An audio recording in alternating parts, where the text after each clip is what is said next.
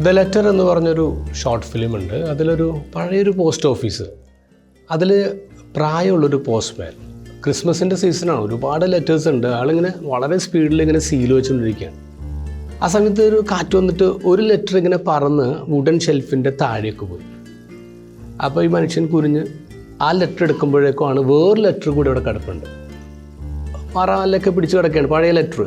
എടുത്തപ്പോൾ മനസ്സിലായി ഇത് കുറച്ചധികം നാൾ മുമ്പ് ആരും പോസ്റ്റ് ചെയ്യാൻ കൊണ്ടെന്ന് വെച്ചിട്ട് നഷ്ടപ്പെട്ട ലെറ്റർ. ആൾ കൗതുകത്തോടെ ആ ലെറ്റർ എടുത്ത് നോക്കുമ്പോൾ അതിൻ്റെ അകത്ത് എഴുതിയേക്കുന്നത് ടു ഗ്രാൻഡ് പ എന്ന് മാത്രമേ എഴുതിയിട്ടുള്ളൂ, വേറെ അഡ്രസ്സൊന്നുമില്ല. അപ്പോൾ അയാൾ ആ ലെറ്റർ എടുത്ത് പൊട്ടിച്ച് വായിക്കുകയാണ്. പൊട്ടിച്ച് വായിക്കുമ്പോൾ അത് ഒരു കുട്ടി അപ്പൂപ്പന് എഴുതിയേക്കണ കഥ. അപ്പൂപ്പൻ ഇങ്ങനെ മരിച്ചുപോയി. അപ്പോൾ അപ്പൂപ്പന് എഴുതിയേക്കണ കഥ ഇങ്ങനെയാണ്: അപ്പൂപ്പ, സ്വർഗത്തിലേക്കുള്ള യാത്രയൊക്കെ സുഖമാണോ? പിന്നെ ഞാൻ ഈ കത്ത് എഴുതുന്നത് ഒരു കാര്യം ഉറപ്പിക്കാനാണ്. ക്രിസ്മസാണ് വരുന്നത്, ക്രിസ്മസിന് എനിക്കൊരു സൈക്കിൾ തരാമെന്ന് അപ്പൂപ്പൻ പറഞ്ഞിട്ടുണ്ട്, അതുകൊണ്ട് മറക്കാതെ സൈക്കിൾ കൊണ്ടുവന്നോട്ടാ എന്നും പറഞ്ഞൊരു കുട്ടി എഴുതിയേക്കണ കഥ.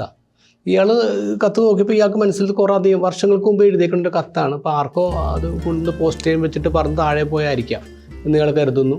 അപ്പോൾ ഇയാൾക്ക് തോന്നി ഈ കത്തിനൊരു മറുപടി കൊടുക്കണം. അങ്ങനെ ഇയാൾ പല ഫോൺ കോളൊക്കെ വിളിച്ചിട്ട് ഇതിൻ്റെ അഡ്രസ്സ്, ഈ കുട്ടിയുടെ അഡ്രസ്സ് തപ്പിയെടുക്കുകയാണ്.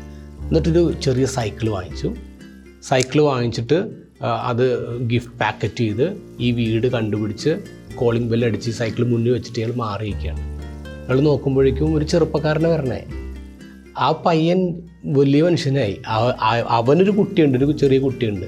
അവൻ സർപ്രൈസ് ഗിഫ്റ്റ് കണ്ട് അവനിങ്ങനെ തുറന്നു നോക്കുമ്പോൾ അതിൻ്റെ അകത്തൊരു കത്തുണ്ട്. എന്നിട്ട് എഴുതിയിരിക്കണ ഇങ്ങനെയാണ്: sorry it took so long. കുറച്ച് സമയം എടുത്ത് ക്ഷമിക്കണമെന്ന് അപ്പൂപ്പന് എഴുതിയേക്കണം. അവനിങ്ങനെ മാനത്തോട്ട് നോക്കിയിട്ട് കണ്ണ് നിറയുന്നുണ്ട്. അപ്പൂപ്പന് താങ്ക്സ് പറയുന്നുണ്ട്. അത് മുഴുവൻ കാണുന്നുണ്ട് ഈ ഓൾഡ് പോസ്റ്റ്മാൻ എന്ന് പറഞ്ഞാൽ. വളരെ ഇങ്ങനെ ഹാർട്ട് ടച്ചിങ് ആയിട്ടുള്ള ഒരു ഷോർട്ട് ഫിലിമാണ്. ശരിക്കും ക്രിസ്മസിന് നമ്മൾ ചിന്തിക്കേണ്ട എങ്ങനെയാണെന്നറിയാമോ? We should post some surprise gifts. Isho ഈ ലോകം മുഴുവൻ സൃഷ്ടിച്ച ഈശോ ഒരു പുൽക്കൂട്ടിലാണ്, ഉപേക്ഷിക്കപ്പെട്ട ഒരു സ്ഥലത്താണ് പിറന്നതെങ്കിലും ഈശോനെ തേടി സർപ്രൈസ് ഗിഫ്റ്റുകൾ വന്നു എന്നുള്ളതാണ്. 3 ജ്ഞാനികളുടെ സർപ്രൈസ് ഗിഫ്റ്റുകൾ വന്നു എന്നുള്ളത് ഭയങ്കര സന്തോഷം കൊടുത്തിട്ടുണ്ടാകും. കുഞ്ഞിന് മാതാപിതാക്കൾ ഒരുപാട് സന്തോഷം കൊടുത്തിട്ടുണ്ടാകും ഈ സർപ്രൈസ് ഗിഫ്റ്റുകൾ. ശരിക്കും ഈ സീസണിൽ, ഈ ക്രിസ്മസ് സീസണെ ഏറ്റവും കൂടുതൽ വെറുക്കുന്ന മനുഷ്യരാരാണെന്നറിയുമോ? പോസ്റ്റ്മാൻ എന്ന് പറയാം. പോസ്റ്റ്മാൻ അവരാണ് ഏറ്റവും കൂടുതൽ വെറുക്കുന്നത്. കാരണം ആ സമയത്താണ് ഏറ്റവും കൂടുതൽ ലെറ്റേഴ്സ് ഇങ്ങനെ വരുന്നത്. ഞാൻ ഇപ്പോഴത്തെ കാര്യമല്ലേ പറയണേ. ഈ ഇമെയിലും വാട്സപ്പൊക്കെ വരുന്നതിന് മുമ്പ് എന്തോരം ഗ്രീറ്റിംഗ് കാർഡുകൾ അയക്കപ്പെട്ടിരുന്ന സമയമാണ്. എനിക്ക് തോന്നുന്നത് നമുക്ക് വീണ്ടും ഈ പോസ്റ്റ്മാൻമാരെ വെറുപ്പിക്കണം.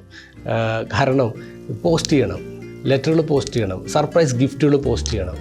എത്രയോ പേരിങ്ങനെ ഗിഫ്റ്റുകൾ കിട്ടിയാൽ നമുക്ക് തന്നെ അറിയാമല്ലോ, ഇത്രയൊക്കെ പ്രായമായാലും ഒരു ഗിഫ്റ്റ്, ഒരു ചെറിയ ഗിഫ്റ്റ് കിട്ടിയാൽ പോലും ഇറ്റ് മേക്സ് us ഹാപ്പി.